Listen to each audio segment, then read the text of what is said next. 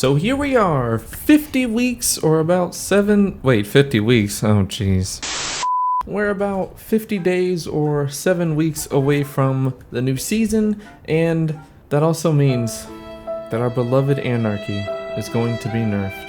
So I decided to make a video talking about the weapon that I'm probably going to be using in its place. But before we get into that, make sure you hit that like button if you're enjoying the videos and subscribe if you're new to the channel. I want to give a huge thank you to everyone who's been giving me positive comments and stuff on the last video that I posted. It's a build video. It's right here. It's right there. Right here. It's in one of the corners. I don't know. Anyways, besides that, yeah, let's get into this video. Alright, so if you're new to the game, Anarchy is a heavy exotic grenade launcher that comes with the perk arc traps, which makes grenades stick to surfaces and chain arc bolts. Basically, you shoot 2 shots down or more, it makes a chain of lightning, and if something walks through it, it gets shocked and takes damage. You see, Anarchy has basically been the golden child for DPS for raid bosses, high-end PvE content, and pretty much any DPS that you've needed since its release back in Forsaken. And that's been a long time. Like, I think Forsaken came out, what, 3 years ago? Like almost 4 years ago? Jeez, that has been a long time. So it recently came out in the TWAB that Bungie has decided its reign of terror over all of our enemies and such has come to an end. Or at least, you know, next season it will be. But I have the answer to our question, I guess? I don't know. Anyways, the new weapon that I'm going to be using in its place is going to be an exotic that does damage over time. An exotic that is still a grenade launcher. The exotic that I'm going to be using in Anarchy's place is the one and only Anarchy. Yep, I'm going to keep using it. You see, the thing about Anarchy is that in its current state, it is just pure, powerful, raw DPS. It does high damage over time. You don't really have to use anything to synergize with it. It can just, you can just shoot 2 shots, get the damage, and you're good. Post nerf, they're probably going to adjust the damage. So you're going to have to work around that by doing damage buffs. Now, the cool thing about me personally is that I'm a hunter main, and we have one option that is going to keep Anarchy in the limelight for us. Is that even the word? Is it limelight? What do people say? Alright, so us hunters, we have the Mask of Bacchus, which replaces our stasis subclass dodge with a longer range, faster moving, quote-unquote shift that partially cloaks us during use. But we're not here for that. After shifting, our arc weapons deal increased damage to combatants for a short time. Now, this short time is actually about 10 seconds. We get 10 seconds of light shift. That's what the buff is called. And yeah, it increases our arc damage. Now, the cool thing about this is that this light shift also stacks with high energy fire.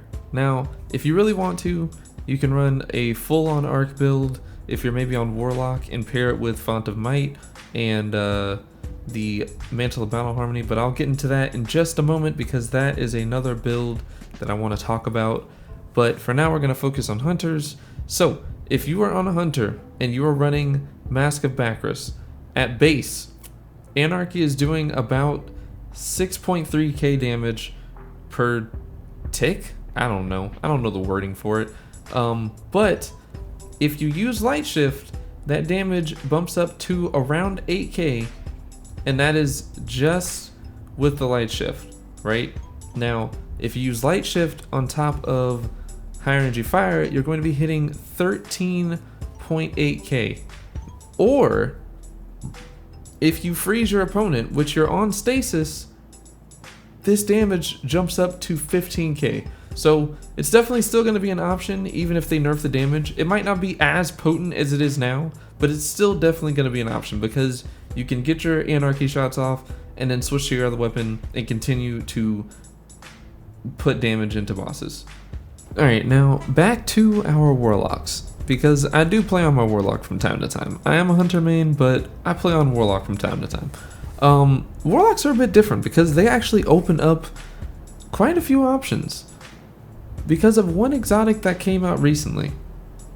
You see, Warlocks get this exotic Mantle of Battle Harmony, which comes with the exotic perk Absorption Cells. Takedowns with weapons that have damage types matching your subclass grant super energy, but while your super is full, you instead gain a temporary damage bonus. Now obviously you can see where I'm going with this. You can pair this with Anarchy as well as Charge with Light, because it seems like exotics that increase your damage also stack with things like Font of Might and High Energy Fire. Now, a few people have been talking about Witherhoard becoming the new DPS king. It comes with the exotic perk Primeval's Torment. Projectiles fired by this weapon blight the target or nearby area on impact, and Break the Bank, which basically does damage over time to blighted targets and blight the nearby area on death.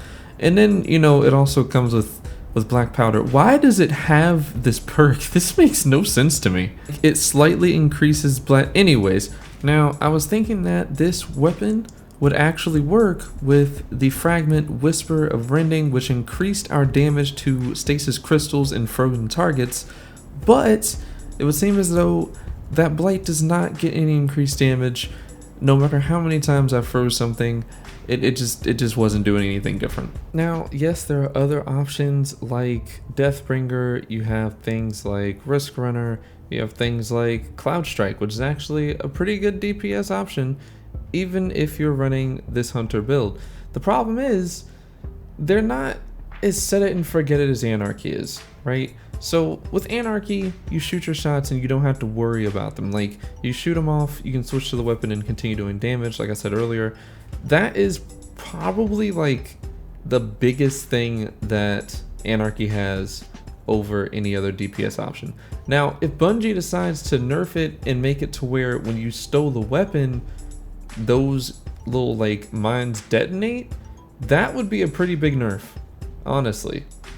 That would be an extremely big nerf, but I don't feel like they would do that. I feel like they're probably going to nerf the damage, which even if they nerf it like and make it in line with things like Witherhoard, it's still a better option because you don't have to worry about, well, I mean, if they were to bring it down to Witherhoard damage, which wouldn't make sense since it's a heavy weapon, maybe Witherhoard would be up there, but no, I just don't see it. I just don't see it. But yeah, that's pretty much it for this video, guys. I'm gonna keep this one short. Basically, even after the nerfs, Witherhoard's still gonna be a good option for DPS. You just might not need everyone in your fire team to use the weapon. You know what I mean? But anyways, guys, I'm gonna get out of here. Hopefully you enjoyed the video. Like I said, if you have not, make sure to hit that subscribe button if you're new to the channel. If you enjoyed the video, hit the like button, and yeah, I'm just gonna go now. I don't know, I've gotten bad at sign-offs for some reason. It's really weird. Anyways, bye guys.